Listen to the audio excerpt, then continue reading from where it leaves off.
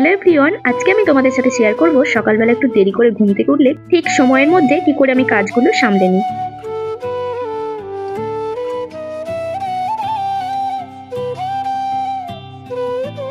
Hello everyone, good morning, welcome back to my channel Rupa রকমারি।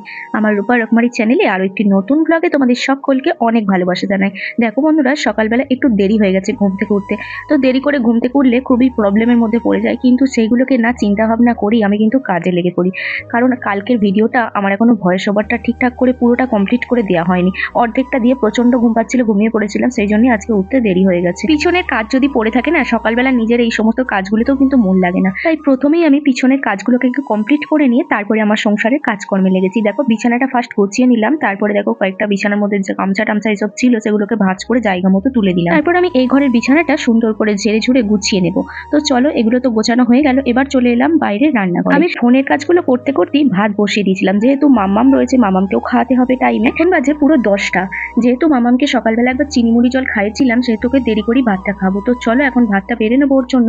আর আলু সেদ্ধ দিয়ে আছে, একটা আলু সেদ্ধটাও মেখে নেবো, আর ওকেও খাইয়ে দেবো, আর আমিও দু খাবো ওর সাথে খেয়ে। সকালবেলা একটু দেরি হয়ে গেলে ঘুম থেকে উঠতে আমি কিন্তু অতটা চাপ নিই না। আমি প্রথমেই কি করি, আগে ফ্রেশ হয়ে ভাতটা বসিয়ে দিই, কারণ জল খাবারে খাবার জন্য কিছু হয়ে গেলেই না ব্যাস টেনশনটা অনেকটা কমে যায়। তার চা বসিয়ে চাটা খেয়ে নিয়ে আগে, তারপর সমস্ত কাজকর্ম করে তারপরে জল খাবার খাই। প্রতিদিন তো আর সমান যায় না, কোনো কোনো দিন সকাল সকাল উঠে পড়ি, কোনো কোনো দিন আবার একটু লেট হয়ে যায়। কারণ বুঝতেই তো পারো, রাতের দিকে অনেক কিছু কাজকর্ম থাকে আমাদের মতো ব্লগারদের, সেই সব কাজকর্মগুলি করতে হয়। আর রাত্রের দিকে এইসব কাজ করতে করতে প্রচন্ড পরিমাণে ঘুম পাই, জানো তো। আমি কি করি, ওই জন্য শুয়ে শুয়ে করি না, বসে বসে করি। বসে বসে এইসব কাজকর্ম করলে তাহলে কিন্তু ঘুমটা অতটা পায় না। দেখবে এখানে মামামের জন্য আলু ভাতেটা মাখা হয়ে গেল, এবার আমি ভাতটা বেড়ে নিচ্ছি। ওকে একটুখানি ঘি দিয়ে না ভাত খাইয়ে দেবো, আর ও ঘি দিয়ে ভাত খেতে কিন্তু প্রচন্ড ভালোবাসে। আর আজকেও আমি প্রেসার কুকারের মধ্যে ভাত করে নিচ্ছি, কারণ আজকেও বর্মশাই ওখানেই খেয়ে নেবে।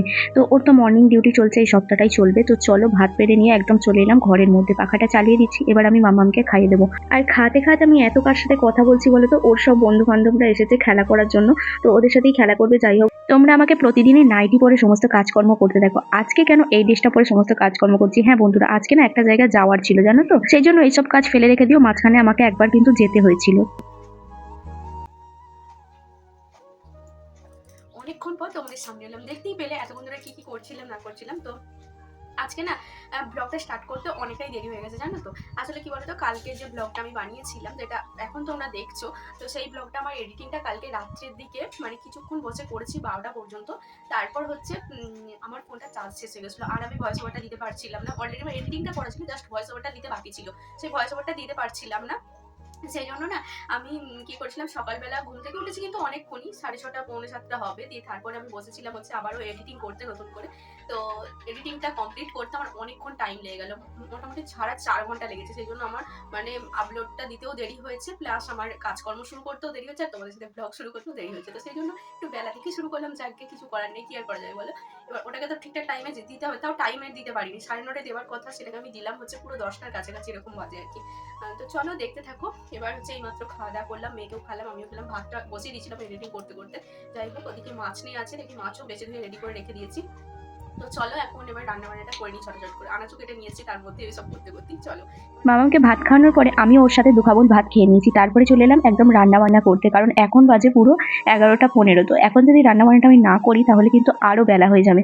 তো চলো এদিকে রান্না বান্নাটা বসিয়ে দেবো, এদিকে বাসনগুলো আমি একটুখানি গুছিয়ে নিচ্ছি।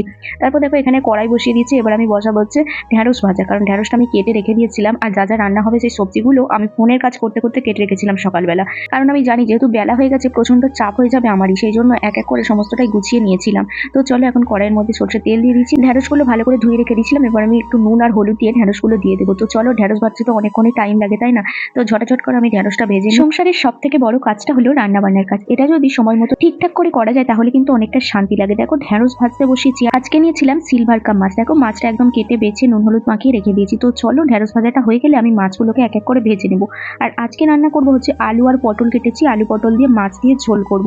তো এটাই আমি প্রথমে ভেবেছিলাম। তো সিলভার কাপ মাছটা আমি যেহেতু কিনিনি, বর্মশাই কিনে রেখে দিয়ে গেছে, তো আমি জানতাম না যে সিলভার কাপ মাছ কিনেছে, জানো তো। আমি জানতাম হয়তো কাতলা টাতলা এইসবের মধ্যেই কিছু একটা কিনেছে। তো এইগুলো দিয়ে ঝোল খুব ভালো হয় আলু পটলের, কিন্তু সিলভার কাপ মাছের ঝোলটা না আমি কোনোদিন করিনি। তাই মনে মনে ভাবছি সবজিটা তো কেটে রেখেছি, তো জানি না সিলভার কাপ মাছের ঝোলটা কেমন হবে। তো যাই হোক, করেছিলাম, বেশ ভালোই লাগছিল খেতে, জানো তো। তো চলো ঢ্যাঁড়স ভাজাটা আমার এদিকে অলরেডি হয়ে গেছে, ঢ্যাঁড়স ভাজাটা এখন তুলে নিচ্ছি। এবার আমি কড়াইটাকে একটু পরিষ্কার করে নেবো। আর একটা জিনিস আমি খুব অভ্যাস করে নিয়েছি, জানো তো, কড়াই যদি পরিষ্কার করে করে রান্না করা হয় তাহলে কিন্তু কড়াই বেশ বেশি পড়ে না। তো চলো কড়াইটা আমি পরিষ্কার করে নিলাম। এবার কড়াইটা আমি ভালো করে মুছে নেবো। তারপর আমি কড়াইয়ের মধ্যে তেল দিয়ে দেবো। এবার আমি মাছগুলোকে ভেজে নেবো। আর সিলভার কাপ মাছটা একটু বড়ই ছিল, বড় সিলভার কাপ মাছ দেখবে খেতে ভালো লাগে, কিন্তু ছোটগুলো না একদমই ভালো লাগে না খেতে। তো চলো তেলটাও গরম হয়ে গেছে, এবার আমি মাছের মাথাগুলোকে আগে ভেজে নিচ্ছি। মাছের মাথাগুলোকে ফার্স্টে ভাজা এটা আমি একটা কাকিমার দেখে শিখেছি, কারণ মাছের মাথাগুলোকে ফার্স্টে ভেজে নিলে না তেলটা কম লাগে লাস্টের দিকে। মাছের মাথাগুলো ভাজা হয়ে গেছে, এবার আমি চাকাগুলোকে দিয়ে দিলাম। আর বড় কড়াই হলে এটাই সুবিধা হয়, অনেকগুলো মাছের পিস একসাথে ভাজা যায়। দেখো আমি আলু দিয়ে পটল দিয়ে মাছের ঝোল করবো বলে মশলাটা আমি কষিয়ে নিচ্ছি। এদিকে দেখো মাছ ভাজাগুলো সবই হয়ে গেছে, তুলে নিয়েছি, পটলগুলো ভেজে তুলে নিয়েছি। আর এখানে রয়েছে বাটিতে তেঁতুল গুঁড়া জল, কারণ কিছু মাছ টক করবো। তারপরে দেখো রান্না বান্না সব কমপ্লিট করে বাসন টাসন ধুয়ে নিয়ে মামামকে স্নান করিয়ে আমিও স্নান করে চলে এলাম। স্নান করে এসে প্রথমে পুজোটা করে নিয়েছি। তো তারপরে মামামকে দেখো এখন প্রসাদ দিই। তারপর আমিও একটুখানি প্রসাদ খেয়ে নিলাম। তারপরে বসে একটু ধীরে সুস্থে এক গ্লাস ঠান্ডা জল খাবো। আর জানো তো আমাদের ঘরে একটা ছোট্ট ট্যাপওয়ালা মাটির কলসি রয়েছে, এর মধ্যে জল রেখে দিয়ে আর এতটা পরিমাণে ঠান্ডা থাকে বন্ধুরা যে তোমাদেরকে কি বলবো। এই জলটা খেয়ে না সত্যিই গরমকালের দিনে অনেকটা শান্তি লাগে। তো এখন আমি চুলটাকে আঁচড়ে নিচ্ছি। দেখো তো আজকে শ্যাম্পু করলাম একটু, কারণ বেশ কয়েকদিন ধরেই শ্যাম্পু না করেই স্নান করছিলাম। তেল তো আমি খুব কমই ইউজ করি মাথার মধ্যে, কারণ যখনই আমার শরীরটা খারাপ করে তখনই আমি তেলটা ইউজ করি, তার আগে কিন্তু নয়। আর প্রতিদিন কিন্তু এমনি স্নান করি আর দু একদিন ছাড়া ছাড়াই শ্যাম্পু করি। চুল আঁচড়ানো হয়ে গেল, এবার আমি সিঁদুরটা পরে নিচ্ছি। তো চলো এবার সিঁদুর পরে, সিঁদুর পরার সময় সবসময় চুলটাকে ক্লিপ দিয়ে আটকে নিই, কারণ এটাই নাকি নিয়ম যে সিঁদুর পরার সময় চুলটাকে আটকে নিতে হয়।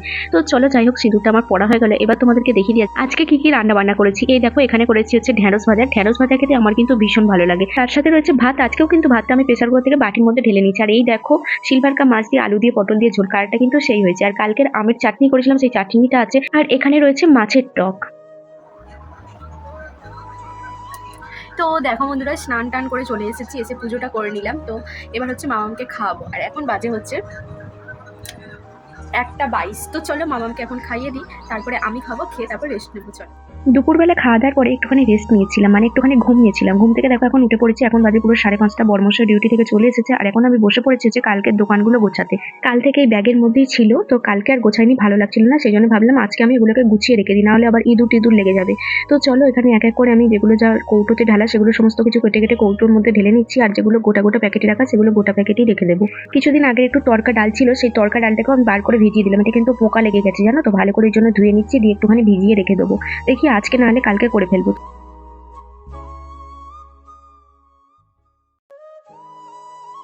এর আগে কিন্তু আমরা মাসকাবাড়ি দোকান করতাম না, তো যখন যেটা লাগতো তখন সেটা কিনে নিয়ে আসা হতো। এই 3 মাস ধরে দেখছি মাসকাবাড়ি দোকান করে অনেকটাই কিন্তু সাশ্রয় হচ্ছে। একেবারে প্রত্যেক মাসে সবকিছু নিয়ে চলে এলাম, তারপরে সারা মাসটা চালিয়ে আবার শেষ হয়ে গেলে আবার একেবারে নিয়ে এলাম। তো এরকমই করতে থাকি। আমার যদি কোনো কিছু শেষও হয়ে যায় না, আমি একটু ম্যানেজ করে চালিয়ে নিই, তার ফলে কিন্তু অনেকটাই সুবিধা। যেমন হচ্ছে সর্ষের তেল 1 প্যাকেট আর সাদা তেল 1 প্যাকেট, মানে 2 প্যাকেট তেল আনা হয়েছে। তো তা থেকে হচ্ছে সর্ষের তেলটা শেষ হয়ে যাওয়ার পরে কিন্তু আমি কিন্তু আর সর্ষের তেল কিনি না, সাদা তেলটাই ইউজ করতে থাকি। তারপর মাছ শেষ হয়ে গেলে সাদা তেলটাও প্রায় শেষের দিকে চলে আসে আর একটুখানি থেকে যায়, তখন কিন্তু আমাদের মাসকাবাড়িটা করতে লাগে।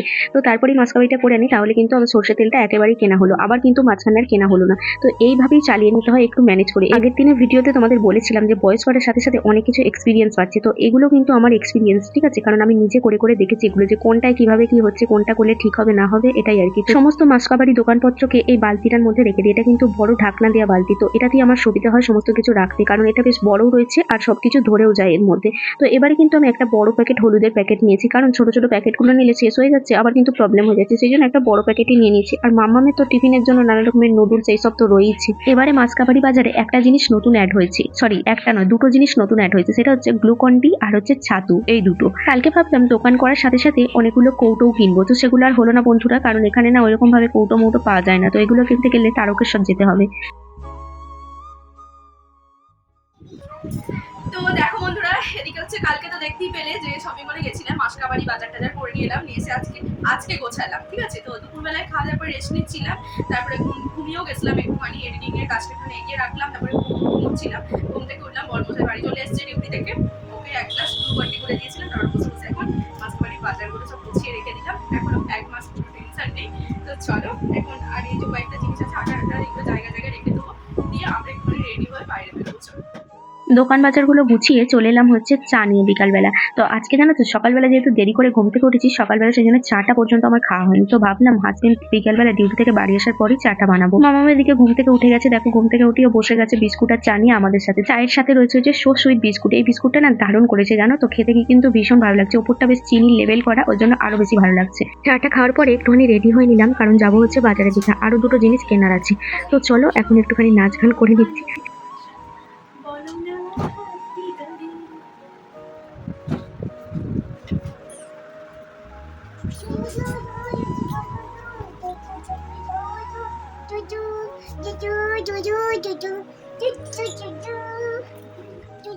চলে এলাম একটা স্টেশনারি দোকানে। তো আমরা যখন স্টেশনারি জিনিসপত্র কিনি এই দোকানটা থেকে বেশিরভাগ কিনি। এখান থেকে নিয়ে নেবো হচ্ছে একটা মাথায় দেওয়ার ফুল, আর মামামের জন্য দুটো ক্লিপ নেবো। তো চলো সেগুলি বার করতে বললাম, আর এই দেখো একটা একটা করে ফুল লাগিয়ে আমি মাথার মধ্যে দেখছি যে কেমন লাগছে আমাকে। এইগুলো 150 টাকা। বলো। হ্যাঁ?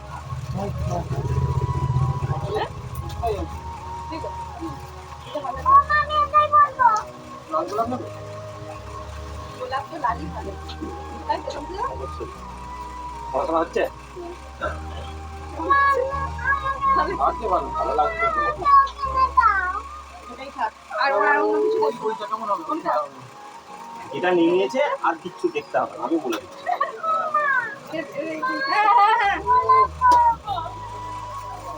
নিলে নিয়েই হবে, আগে দেখা যাবে। না দেখা যাবে তো? এই সবাই দেখা আচ্ছা যাবে। বলো, হোমলেস মেয়েদের কথা বলো, বিয়ে বাড়ি সব সেজেগুজে কেন যায়? যাবে না তুমি যায়?